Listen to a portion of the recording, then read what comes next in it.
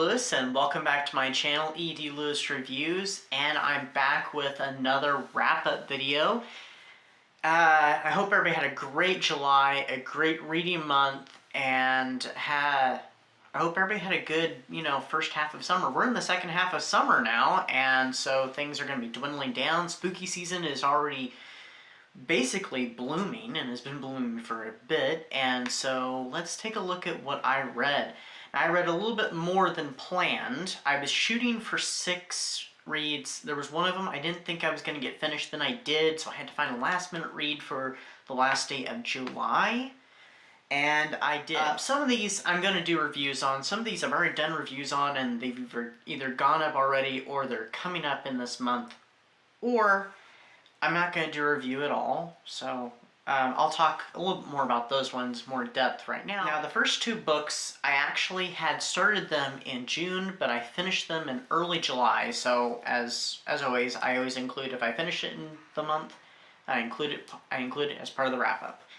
So, the first book I finished was The Hidden Staircase by Carolyn Keene.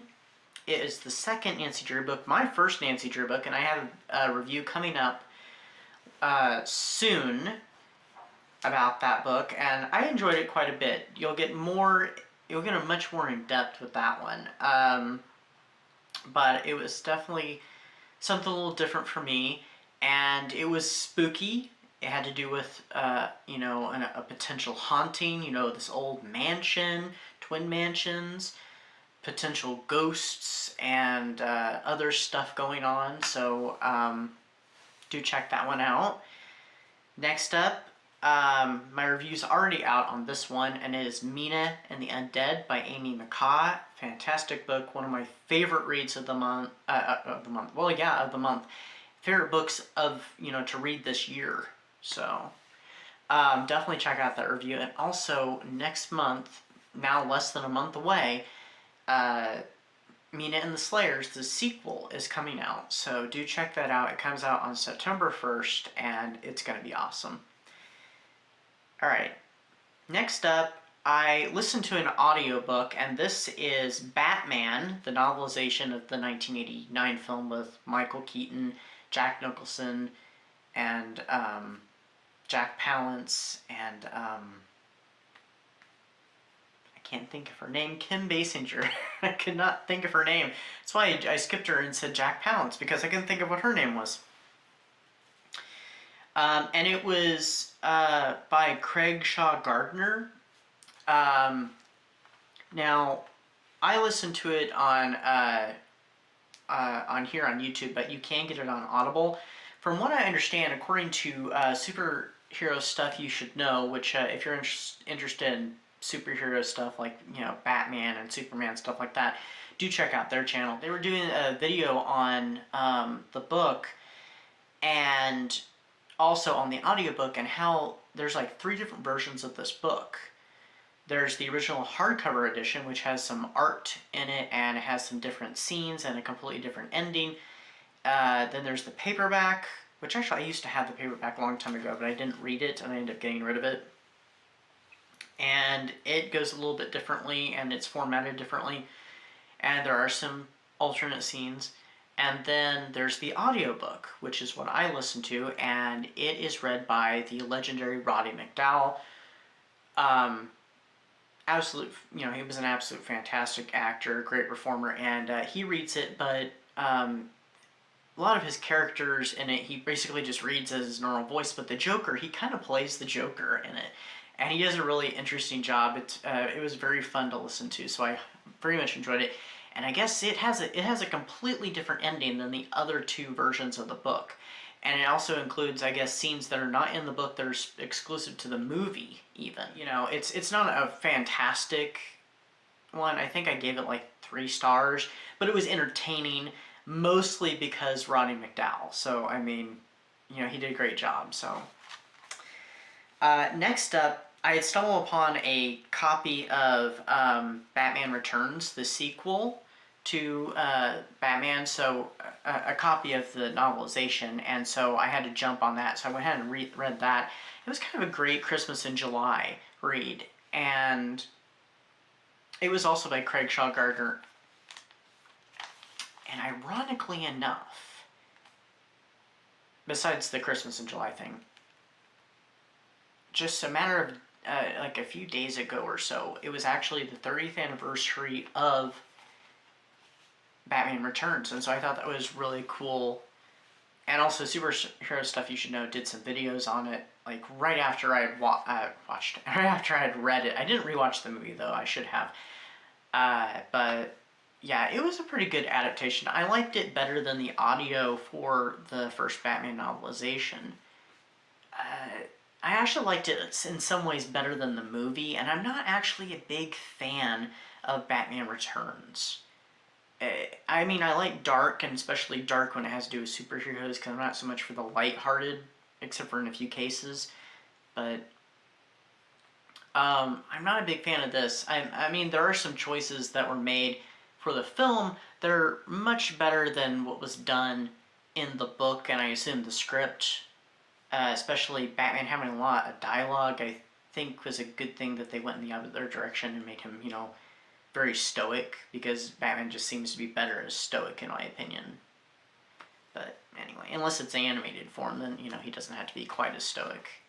But anyway, I found it very fascinating, and also seeing some of the scenes that were cut from the film or not even filmed.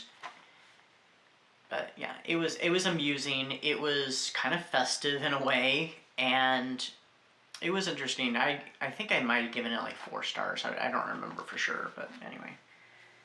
Next up, I read The Cycle of the Werewolf by Stephen King. This one I'm going to review, and this is only my 3rd Stephen King novel, and it had a beautiful series of illustrations in it, and utterly fantastic. I'll talk more about it. The illustrations were fantastic. By the way, it was a nice little read. I'll talk more about it in the review. So next up, I read The Birds by Daphne du Maurier in. I'm gonna flash a picture here of the Kindle edition, but I didn't read the Kindle edition. I actually read it from a collection of short stories that I have, and it was actually the main reason why I have that collection, is just for the birds. I will probably do a review on this one too, and I will mention the movie, which is, I'm going to tell you right now, is one of those movies that I can never watch again. I thought once, I'll explain it in the video why I can't. I mean, I can't give out too much detail without, you know, spoiling it for those who haven't seen it, but if you haven't seen it, you should see it. And if you have seen it, you should read the short story.